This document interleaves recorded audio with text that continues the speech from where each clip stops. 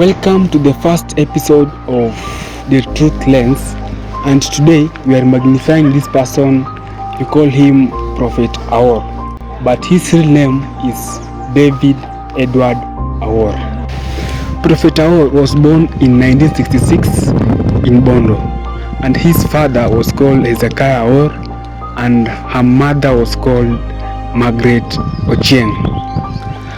Prophet Aor was born in a family of 9 children, 6 girls and 3 boys. Aliamua kujita the mightiest prophet of the Lord. Baba Aor alikuwa civil servant wa East Africa, alitiwa kazi Uganda. So kupata kazi Uganda na akaamua kwenda na familia yake. So wakahama wote Kenya, wakaenda kuishi Uganda. Hii time bado Aor mtoto mdogo anasoma. So alihamia wote huko na Aor akasoma hadi college inajita Toronto College. After hapo akaingia Makerere University.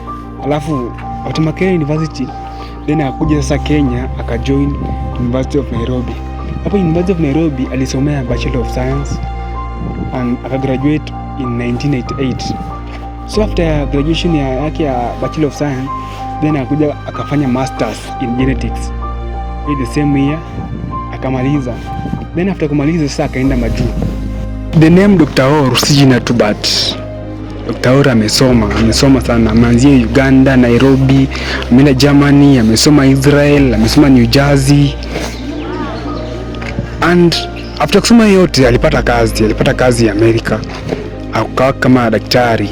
Alijoin madaktari wenyewe walikuwa wanafanya research kuhusu hii cancer.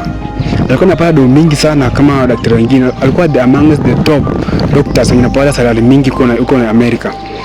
Basa ilifika 2003 aliwacha hii kazi ya daktari. Najiuliza mbona. Dr. Aor anasema siku moja akiwa kwa lab light ilimtokea, light ya Mungu akamtokea. Alikuwa na Elijah na Moses, akamwambia prepare the way for the Lord. Na iko happen mara moja, ili happen for several months. Hapo Dr. Aor akaamua atoke Amerika akuje Kenya sasa aanze ministry yake. But mbona mtu awache kazi ya daktari majuu akuje Kenya kufanya kazi ya pastor? Kwani kazi ya pastor iko na pesa aje? Majuu ulikuwa unapewa do mingi sana. Imagine among the top doctors wenye walipo majuu unawacha kuja kuwa pastor. Hata kama ni wewe ungewacha hiyo kazi. All those stories iko on the next episode. See you next week, same time, same place. Subscribe, like and share.